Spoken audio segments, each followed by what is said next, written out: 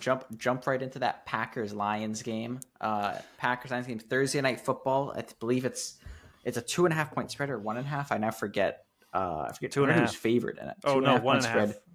Packers are getting 1.5. So Lions are the Packers favorites. are getting 1.5. I think this game, my pick first of all, is going to be actually no. We're not doing it that way. I'm going to say first that okay. Let's look at the two games these two teams had. They're both 2-1. This in a sense I think it's maybe not the best game of the week, but it's going to be maybe the most impactful.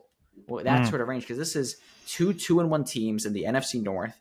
Teams competing in a post Rodgers NFC North, right? Not to just try to set the stage. This is there is some stuff here. Lions Packers, that sort of divisional rivalry. Both teams wanting to be the top dog here, and I think so that's the sort of stage. I think this is an important, and everyone in America is watching, right? It's a primetime game. Everyone who has Amazon Prime, but you can watch it for free on Twitch. Literally anyone with internet can watch this game. All eyes are on it. Yeah. You can watch Thursday night games. I didn't know live. That. Not sponsored, by the way. But I'm taking the Lions here. I'm taking the Lions.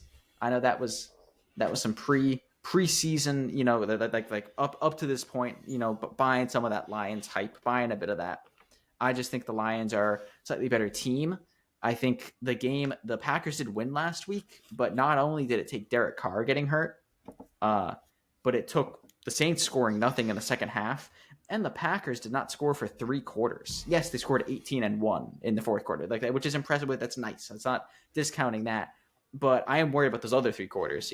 Because sometimes, yeah, you can do it all. You can do it all in 1 quarter, but a lot of times you don't get that luxury. A lot of times the other team's going to be scoring points or putting up a better defensive performance or something. It's not going to let you get a comeback like that. On top of the Packers losing to the Falcons, who the Lions just beat, that being a relatively recent. I know you don't want to play like rock paper scissors like that with football, but there is an element of that. Okay, well, like the Lions literally just beat this team and the Packers literally just lost to them, sort of thing. I think it's some weight, even if not a ton. But that's my initial vibe when I think about this game. Sure. Thoughts? I agree that these are the 2 best teams in that division, and they will be fighting to, all the way to the end here to see who will make it in the playoffs. And I think maybe they both will make it to the playoffs because I think that they're both good teams. I'm going to focus a little bit here on the Packers and their win against the Saints, right? So you say they were down 17-0 going into the fourth quarter, but the thing is, that wasn't all from the Saints, and it wasn't. It was mostly the Packers making mistakes. There was some really bad play calling early on. They turned the ball over twice on downs on 4th down. One of those, it was a 4th and 2, and they went with the halfback toss, and the running back was a good 10 yards off the first down, the line to gain. I couldn't believe it, but the thing was, if you haven't seen this play, I gotta say, audience, go and check it out because it was a halfback toss, but then it was a reverse double back to Jordan Love. So it was a second lateral to Jordan Love.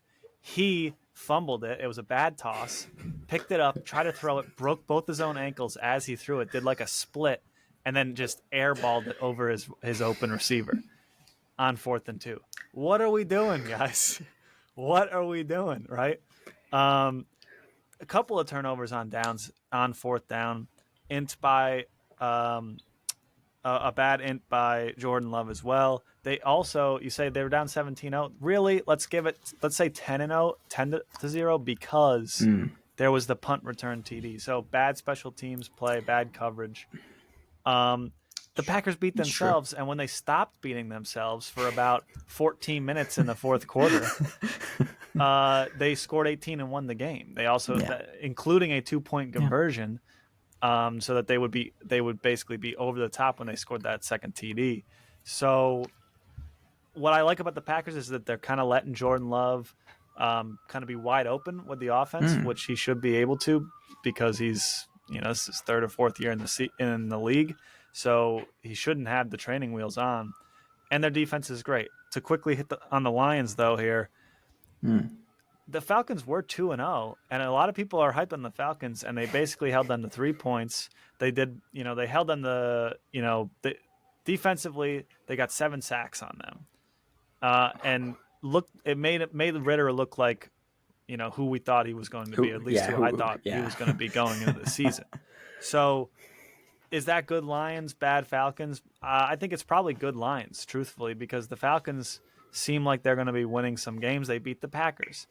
Overall, it seems like through 3 weeks, the Lions have had the stronger strength of schedule. They had the same record, and they have an impressive win against Kansas City. They're the better team, but overall, I like the Green Bay Packers as a team. In general, I think that they'll be better. I think they're going to win this division. I said that before the season. So I'm going to go ahead and stick with that Packers take in this game. But, 1.5, it's a pick 'em. So I figure even if the Lions have looked better, I'm going to pick the Packers because that's my pick going forward. And that was from preseason. So I'm going to also stick with the Packers. But this is going to be a good one, Jack. Yeah. I think the punt return point's definitely a great point. I forgot about that until you until you started saying some of that stuff. And because the punt 76-yard punt return for touchdown, that doesn't happen in every game. I didn't see that halfback toss play. I could definitely see the sort of beating yourself with play calling. I hate that play call so much it hurts. Just whenever I feel like I see it fail so often. I know it doesn't fail every time. I think the Lions got it off against the Chiefs, or no, maybe the Falcons got it off against the Packers or something. It's so tough because when you pause the all 22, even it was a double back, so it was like a double reverse lateral.